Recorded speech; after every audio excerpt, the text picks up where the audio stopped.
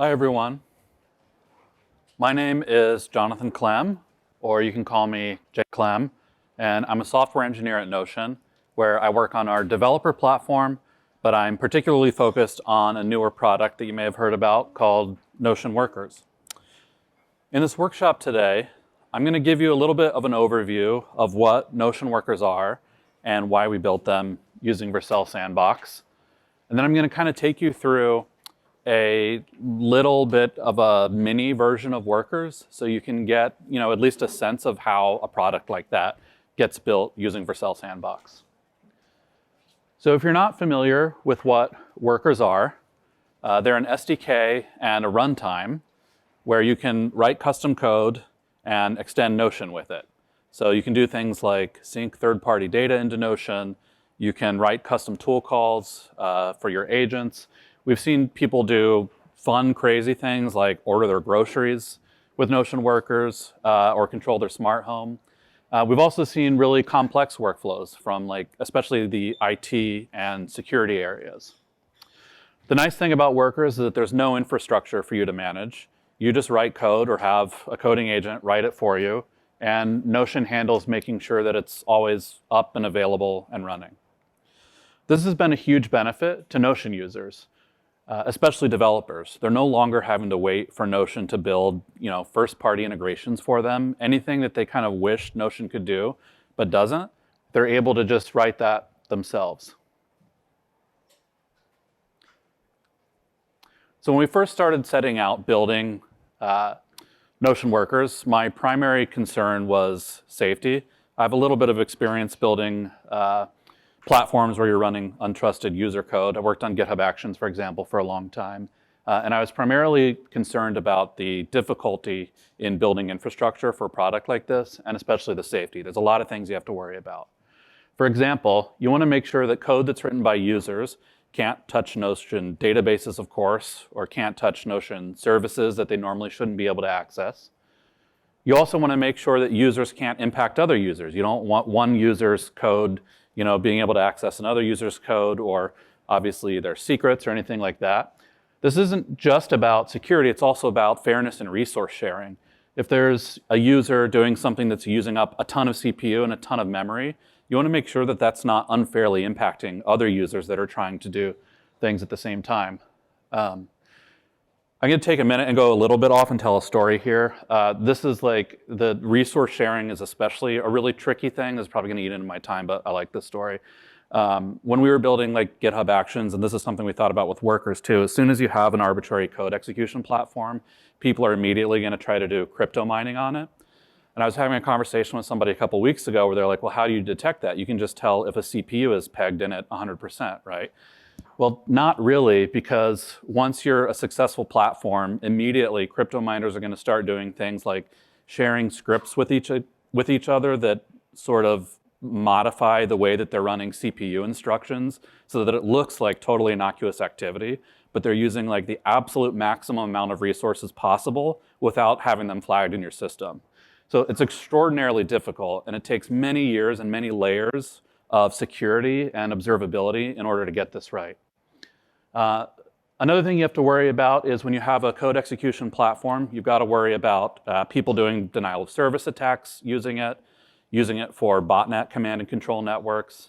And we just didn't want to have to worry about all of this stuff right off the bat with Notion Workers. We wanted to focus on what we love doing, which is delivering a product that our users love using. So that's why we decided to build with Vercel Sandbox.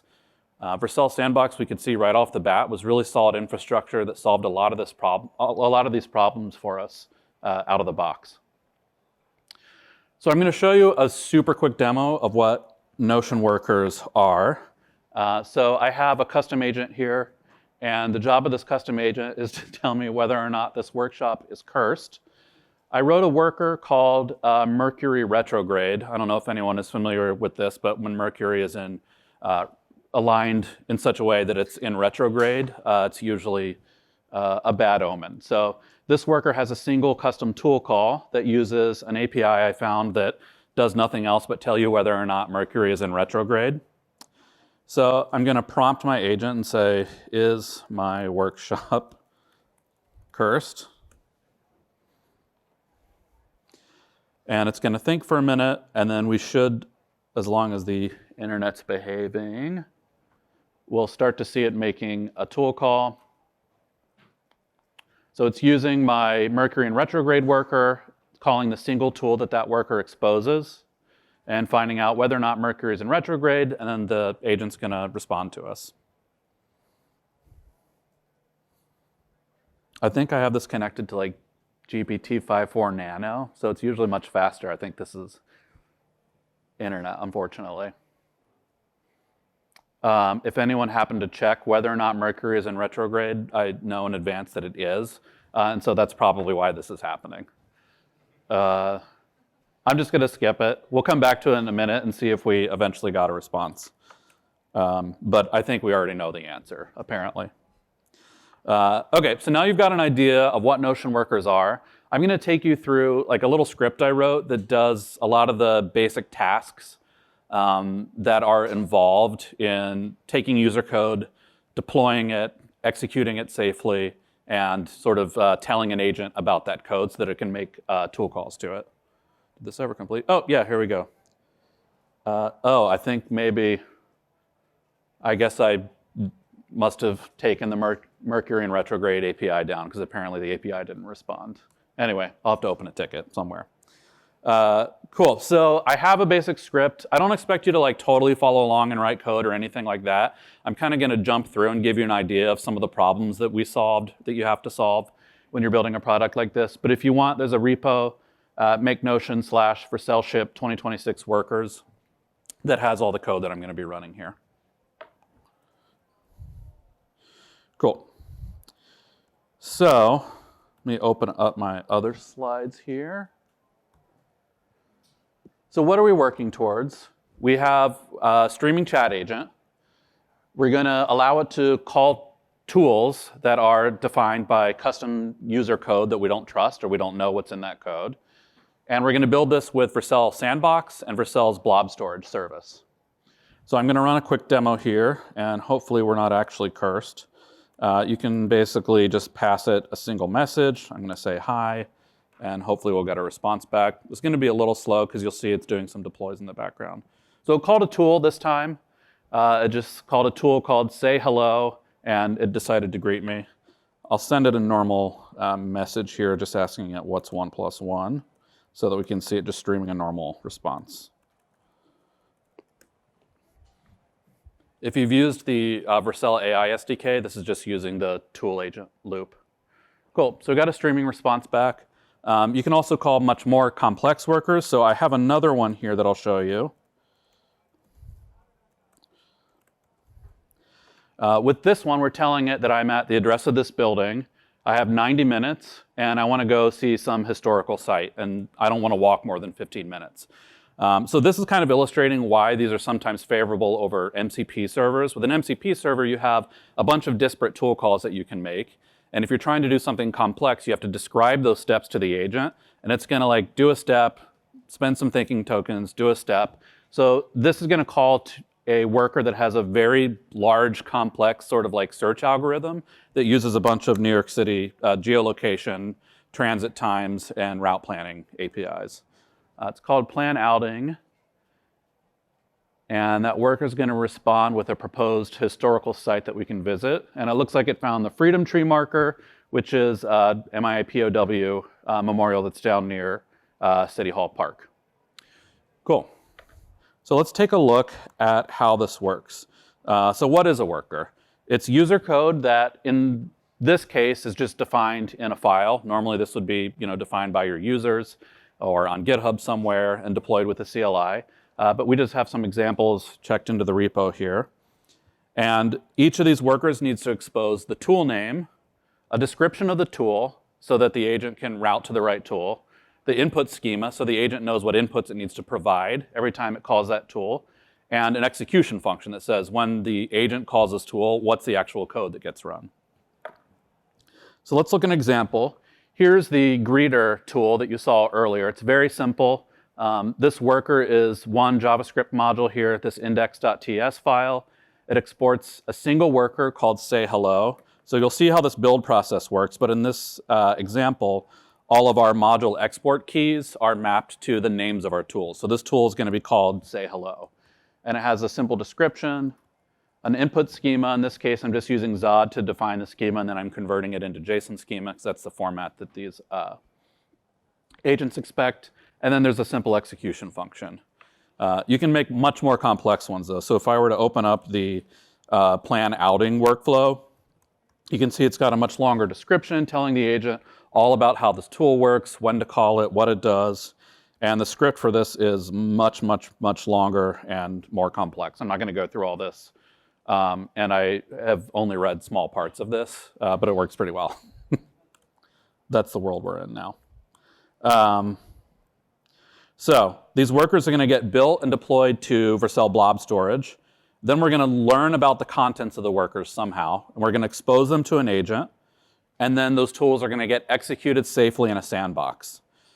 The build part, we're kind of going to step. With Notion workers, we have a cloud-based deploy and build process.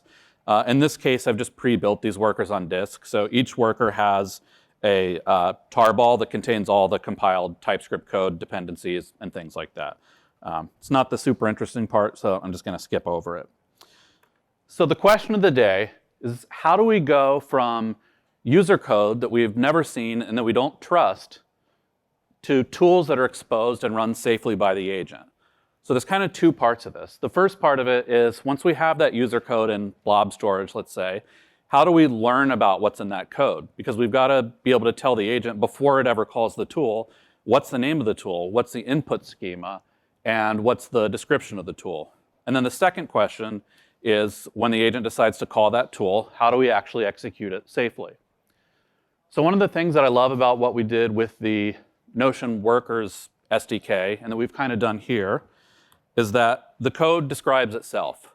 So what we didn't want when we were designing Notion Workers is that we didn't want users to have to write some TypeScript code defining their tool, and then say, okay, well now I have to create a static manifest file describing my workers, and basically rewrite the same stuff. We didn't want an awkward local build process where they had to run a script, do some analysis, and compile it on disk and then deploy it.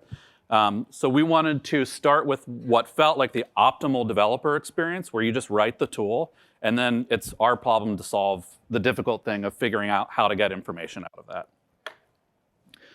So this is a super simple diagram, but before we go into the code, I'm going to tell you about kind of how we're going to be solving this. So we have the user's compiled code on blob storage. We're going to use that code to create a sandbox. So when we run commands in the sandbox, that user's code is going to be in the workspace root. We're going to import the user's index.js file that they wrote. So that's going to give us all the names of the exports and those descriptions and the input schemas. This is where things get a little bit weird, but it works really well. We're going to call json.stringify on that module, and then we're going to log it to standard out. So that all happens in the sandbox. And then our deploy script consumes that standard out and parses it and says, okay, so now I know the name of all the tools on this worker, the inputs, and the description. And in this case, we're going to pass it directly to the agent. But in the case of Notion Workers, for example, that's part of our deploy pipeline. So we take all that information and store it in a database so that every time you run a custom agent, we're fetching those tool descriptions out of the database. Does that kind of make sense so far, how that works? OK. So let's take a look at the deploy script. I have to go back to my first commit here. So this script has all of our deploy and then calling the agent built into it.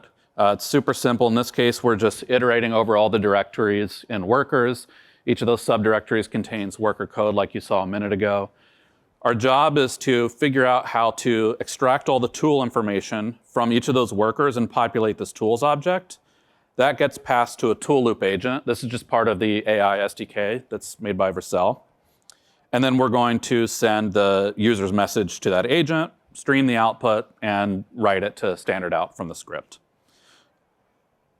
So the first thing that we need to figure out is, how do we just upload the source code? That part's pretty easy. It's pretty fast.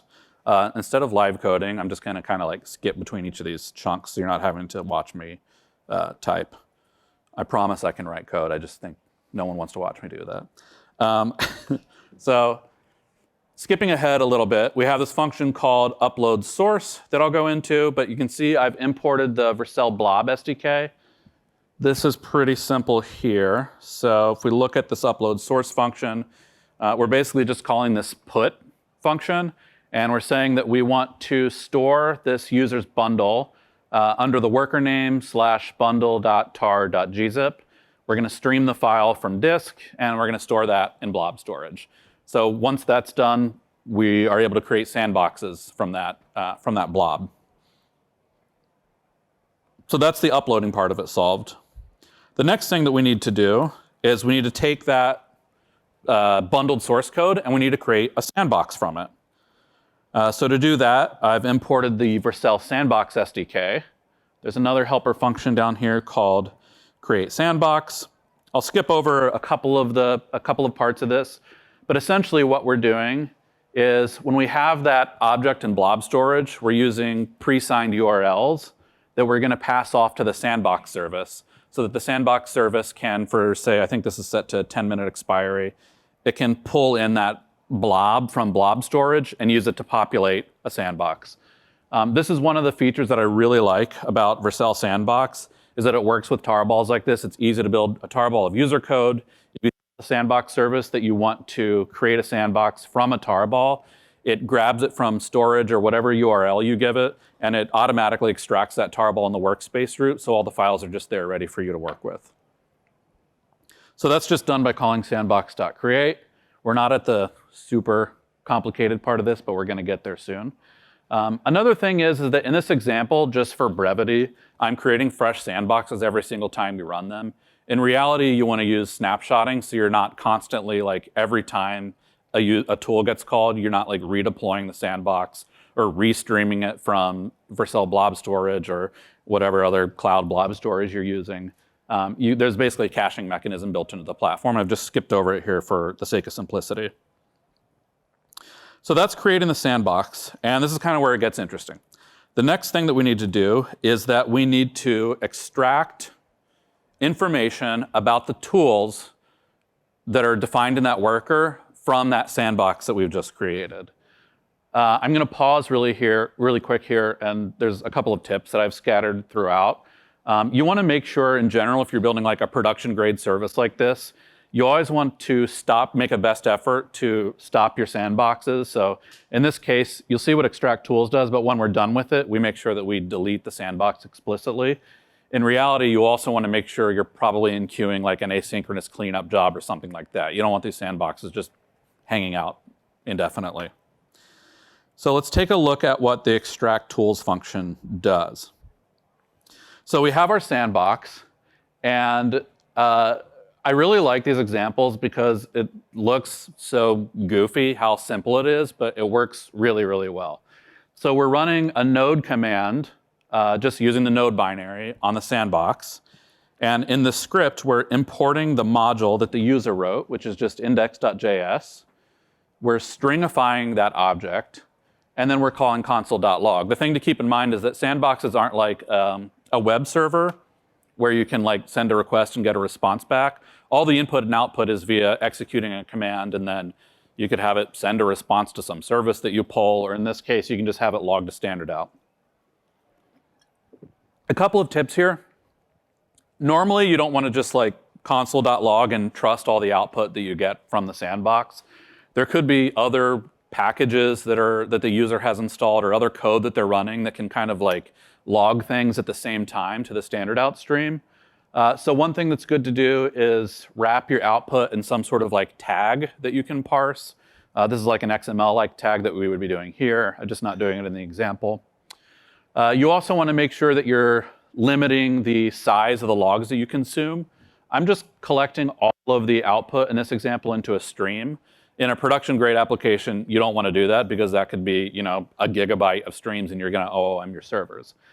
So there are also commands that the Sandbox API has for streaming the logs. And so that's what we do with Notion Workers. We basically consume that stream until we see the start of the output sort of token we care about. Then we start buffering up that sort of description, the thing that we logged intentionally.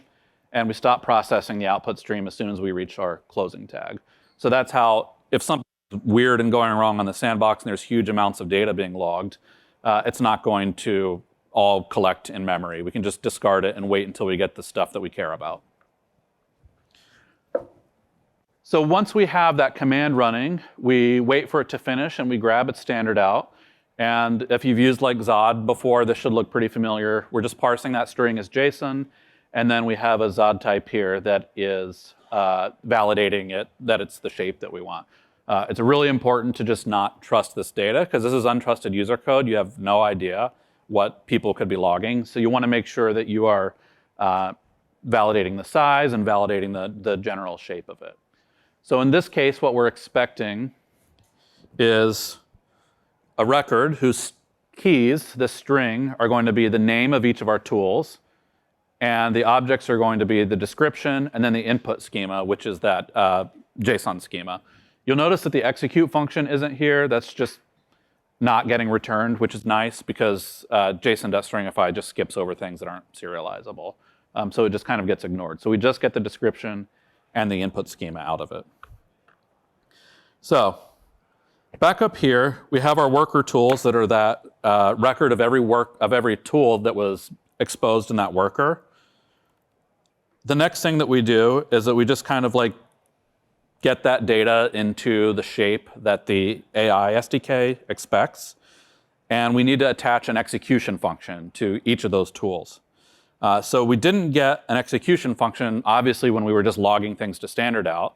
So the question now is, now that we have this description of the tool, how do we provide a function that the SDK can call every time it wants to call this worker, or this tool that's exposed by this worker?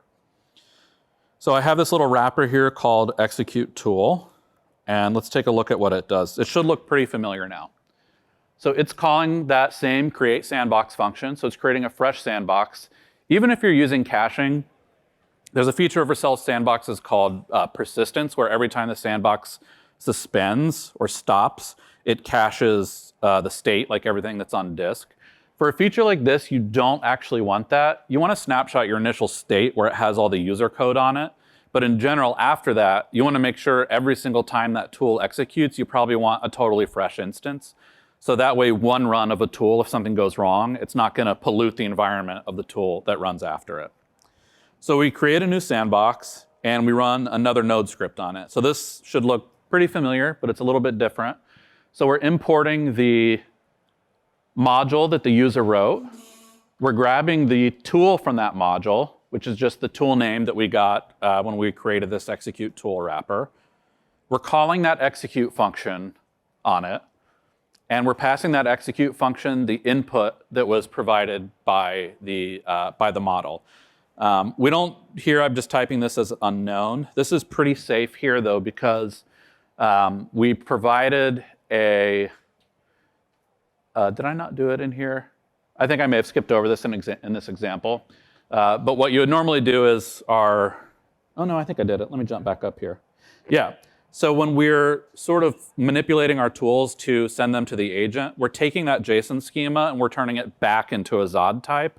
So we don't have to do any parsing ourselves. The AI SDK, the tool loop agent code, every time that tool gets called, it's going to validate the input that came from the agent for us. So we can more or less trust that this value is what we expect it to be. So we're going to pass it into the execute function here. Then when that asynchronous function completes, we're going to stringify it. We're going to log it to standard out. And then we're going to wait. I'll get into this stuff here in a second. We're going to wait for that command to complete. And again, we're going to delete our sandbox when we're done with it. And then we're going to parse that JSON, which is the return value of that execution function that the user wrote. And we're going to send that back to the tool loop agent. So essentially the flow here is the tool loop agent says, I want to call the plan outing tool that we saw before, where it uses all those transit APIs. That ends up calling this function here with whatever inputs the agent decides on. We create a sandbox using the blob that we uploaded from the user's compiled code before.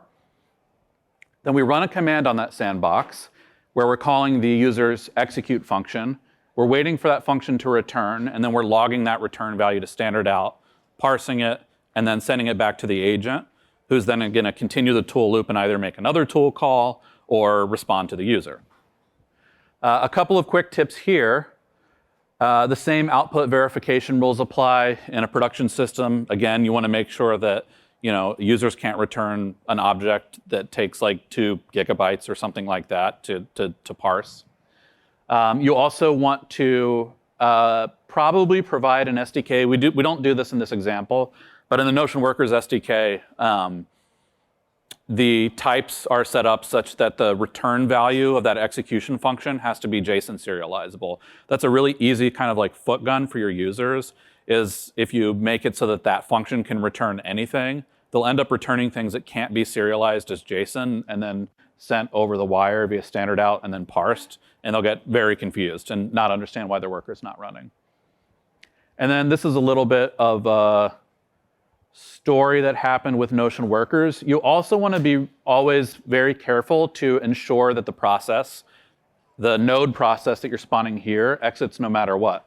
We had a bug with Notion Workers where users' code would run, and it would kind of run to completion, but then for some reason this node process wasn't exiting. It would just hang until the lifecycle, the sandbox ran out, which was like 5 minutes or something like that. So it wasn't catastrophic, but it was wasting resources. And what we found out, or remembered, I had totally kind of like forgotten that this is a property of the node runtime, is that users were running code that was setting up timers with like set interval or set timeout. And especially with intervals, or I think dangling promises will do the same thing. If the script runs and there are any intervals or anything like that running, the node process will never return. It's not going to return on its own until all of those timers run out. So if it's an interval, it's just going to run forever until the sandbox dies. So you always want to make sure that when the code or the function that you're trying to execute is actually complete, that you explicitly tell the process to exit. So that way it stops the sandbox, the process returns after that. So that is pretty much the entire workflow. I'm going to run it one more time, and I'm going to turn debugging on so you can kind of see what happens. So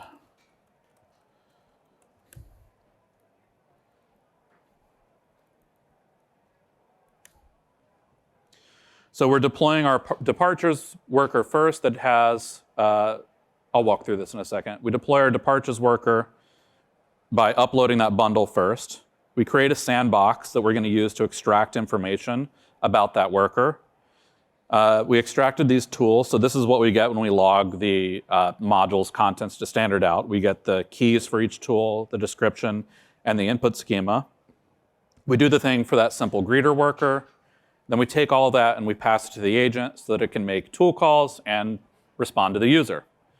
So that's pretty much it. That's a pretty simple example of how you can take untrusted user code, store it somewhere, learn about it in a way that's safe so that you can put it in durable storage or send it directly to agents, and then have your agents safely execute that code.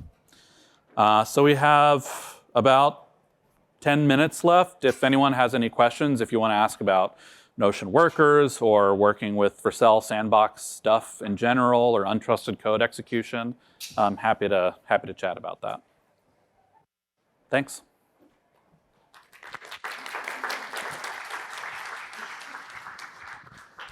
Oh, yeah. Oh, and afterwards, if you want to talk about Notion Developer Platform in general, you can speak to me or my colleague MJ over here. She's the product manager for the developer platform at Notion. Hi.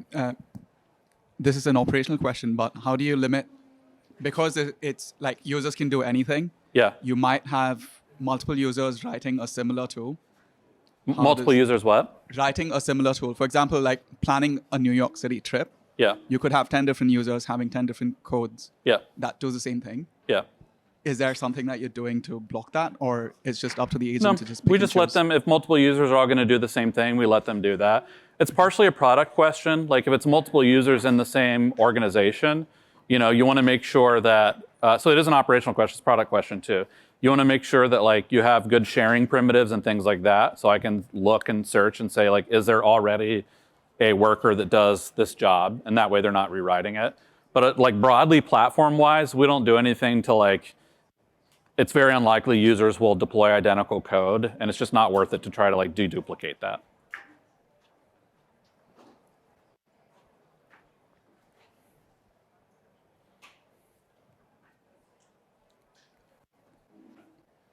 One over here.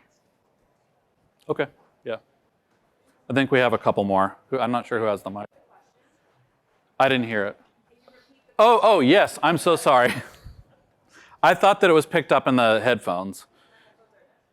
Oh, yeah, the question that was asked was, if you have lots of users deploying the same code, do we do anything to sort of like operationalize that? And we don't. It's more of a product question. Like, we want to make sure that users aren't redoing the same work, so we want good sharing primitives that we're working on right now for Notion workers. But operationally, on a platform level, if people deploy the same code 50 times, we don't care. Do you have problems with the workers running in timeouts because the sandbox is just there doing their thing and just dies too soon? So what was the question exactly about timeouts? Are you having problems with timeout between Vercel, like other products and workflows, for example, or functions, and your sandbox, or is just like everything is fine?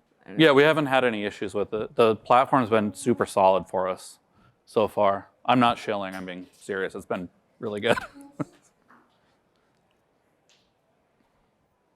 We run into a lot more problems with just like users accidentally doing the wrong thing. So over time, it's more about us eliminating those like foot guns and making the platform easier and easier to use for developers and non-developers alike. Cool.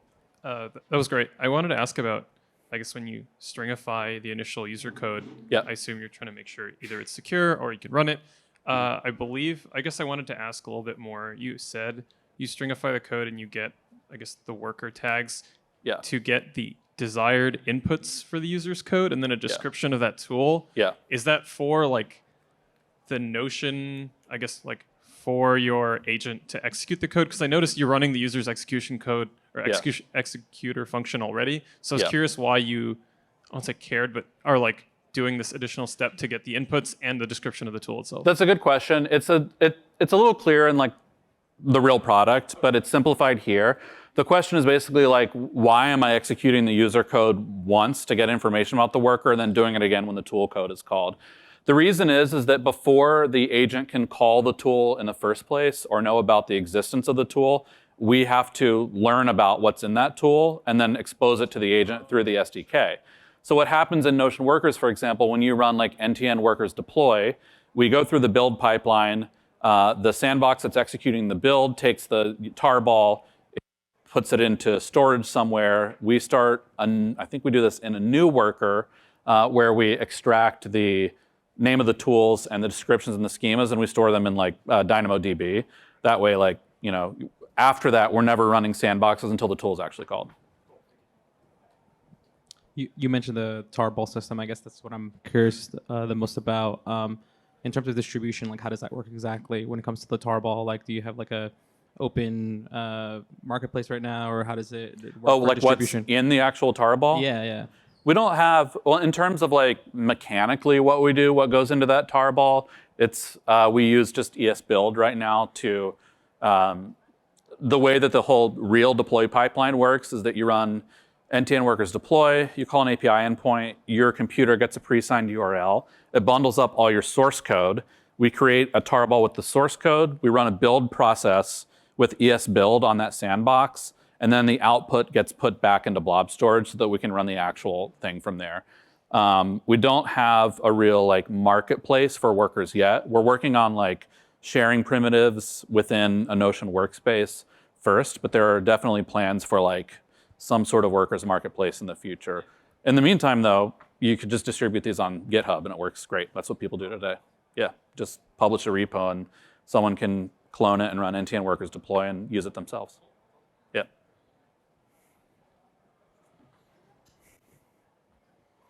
I think there's one in the back there. Yeah, so I have a question about billing. About billing? Yeah, so I just looked at, I mean, don't give away all your secrets, of course, but I did a quick Google search. Looks like custom agents work on some sort of credit system. I'm guessing that's tied to consumption of resources. Yeah. I guess, like, how does that work with the Vercel platform and like high level structure? Okay, so the question is, how does billing for these work with the Vercel platform? So one of the benefits of workers is that you can write these like, a lot of teams have been able to go from like a huge instruction set using like MCP servers that they're giving to their agents. And every time they call a task, that agent is going to spend tons and tons of thinking tokens basically doing the same thing over and over again. Those thinking tokens are more expensive than running these workers. And so if you can take those repetitive tasks that the agent is doing and deploy it as a worker, you're still billed for the execution time of your workers, but it's much, much less expensive than AI compute tokens. So if you're running a custom agent, it does some thinking, executes a tool, and then does some more thinking, you're billed for the token consumption in the custom agent that it's doing before it calls the tool. When the tool runs, you're billed at a different rate that consumes your credits, your like Notion AI credits, at a much, much, much lower rate. And then you're billed, normal AI credits again when the agent finally responds. So this is a way that if you do use Notion custom agents, you can cut down a lot on cost if you have repetitive tasks. That's also true. You also don't have to have Notion AI. Like they're not. We're showing off tool calls here, which integrates with Notion AI, but workers also do like third-party sync into Notion, so that doesn't require any AI features at all. So it's not just an AI product. People are using that to sync. I have workers that sync like my Letterboxd feed into my Notion. That's my most important one personally.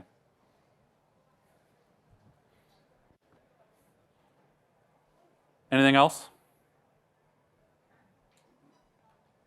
Did you have one more? Yeah.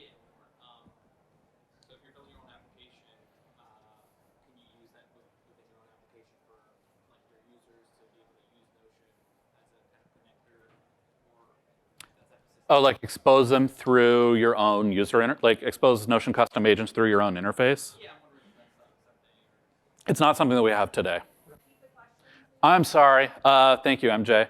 The question was, if you have like your own workers and custom agents, is there a way that you can expose them through your own application for your own consumers? And today there's not a way to do that. We do have like an alpha of a custom agent API where you could definitely do that. If you define custom agents in workers or custom agents in your workspace, you could use an API to call those agents and then get a streaming response. So it's possible. I don't think a ton of people are doing it yet. And that's a very like still alpha, public but alpha feature. Other questions?